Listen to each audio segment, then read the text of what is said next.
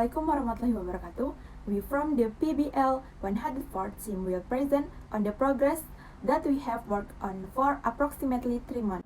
Previously, I will introduce the team member, one Putri Salsa Nabila with name 40424111003 as team leader. 2 Anissa Nabila Andrin with name 40424111023 as anggota. 3 Aurelia Zahra Putri Huda with name 40424111027 as anggota. 4 Karisman Angelo Lamaindi with name 40424111006 as anggota. 5 Jibril Titian Zidanku with name 40424111015 as anggota. And last, Albert Simon Ungsong with name 40424111013. Next, the first point is the role and member contribution.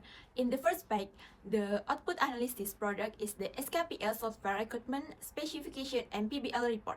Contribution of each member determine recruitment and specification, design use case diagram and scenario, determine stakeholder, design business progress, design test plans, create vision and scope document, PBL report, and SRS document. Second stage of design output product, the PPL design description software application, contribution of each group member preparing data design, planning architectural design, creating interface design, and working on program design. The third stage of implementation, the output product, is system documentation and user documentation, application contribution of each group member implementing things. All documents that have been created into a programming language, managing database and implementable from relational scheme, and maintenance the web from all aspects. The final stage of testing, the output product by system validation testing and defects testing, PBL report contribution of each group member, conduct tests on the web application that has been created. The next slide will be explained by Bang Zidan. I will leave the time and place to you. Okay, general description. A web-based application designed to host and display student portfolios. This application allows students to showcase their work, experience, and achievements digitally. It is built using Bootstrap for the front-end and back-end design and uses MySQL and the database to store user information. Purpose: to provide a structured and accessible platform for students to showcase their personal branding, skill, and experience. This will enhance their visibility to potential employers and academic partners. Scope: this application includes profile creation, project showcasing, CV building, and shares function with filters for major or study program. It is designed for students at Polytechnic Negeri Batam and focus on enhancing their employability skills and academic growth.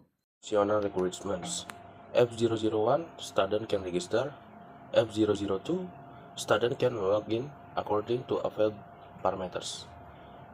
F003 student can fill in their personal data. F004 student can generate a CV. F005 student can use the search feature and the filter based on the study program or department. F006 the system show accounts based on specified filters. Okay, I will explain some of the non-functional requirements of the application we create. Number 1, availability. The system operation 24 hours unless there is maintenance or system revive. Number 2, ergonomy. The system can be used easily because it is provided and the data input and content in the submit clarification are easy. Number 3, language, using Indonesian language. Number 4, security. Web system and database must be equipped with password. Number 5, portability. The system is built as a web-based application. Number 6, supportability. The system can be run by several web software include Internet Explorer, Google Chrome, Mozilla Firefox, and Microsoft Edge. Number 7, verification. The verification system is only carried out during working hours. Number 8, maintainability. System maintenance is performed during update. Number 9, usability. The system must be comfortable to use. Number 10, reliability. The system must have moderate resilience when many users access the system. Thank you. I will explain use case diagram. This diagram showcases the interaction between users and the system. Every interaction made by the user, as in students, need to be authenticated. First, the student can register an account, where the process will be authenticated to verify the identity of the user. If the process succeeds, then the user or student can access all the other features. The user can search up other students' profile based on the criteria like the study program or the year of class. This still needs authentication to keep the privacy of other students. So this authentication process is a very important step in the flow of system interactions. This is to ensure only the intended users can access the system.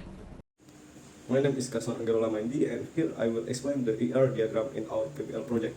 This diagram consists of 7 entities: student, language, certificate, education, portfolio, work, and experience. Each entity is connected to a relationship called hash, and each entity has an ID as its primary key. Like example, experience have a experience ID for primary key, work ID for work, portfolio ID for portfolio, education ID for education, certificate ID for certificate, and language ID for language for primary key. For the student entity or user entity, we use NIM as the primary key identifier because it is more specific than an ID. The relationship between the student and the other entities is one-to-many, meaning one student can have multiple language, multiple certificates, multiple education, multiple portfolio, and so on. That is explanation of this ER diagram or PBL. Thanks. Next. Okay, for the next slide, I will explain the table structure. For the first one, there is a student table with the primary key name in the foreign key ID. For the table structure, there is ID, email, skill, password, name, major, prodi, address, not cellphone, description, and photo. For the second table, there is an experience table with a primary key experience ID and a foreign key name. The table structure is their experience ID, experience, name, company, start date, end date, and type. For the third table, there is an awards table with a primary key award ID and a foreign key name. And the table structure is their awards ID, name, awards description, year, and for the fourth table, there is a portfolio table with a primary key portfolio ID and a foreign key name. And there is a table structure, portfolio ID, name, title, description, link, and project date. For the fifth table, there is an education table with a primary key education ID and a foreign key name. In the table structure is their education ID, name, major, institution, start year, and final year. For the sixth table, there is a certificate table with primary key certificate ID and foreign key name. And the table structure is their certificate ID, name, certificate, description, institution, years, and link. For the last table, there is a language table with a primary key ID language, foreign key name. For the table structure, there is language ID, name, language, proficiency, year, and link.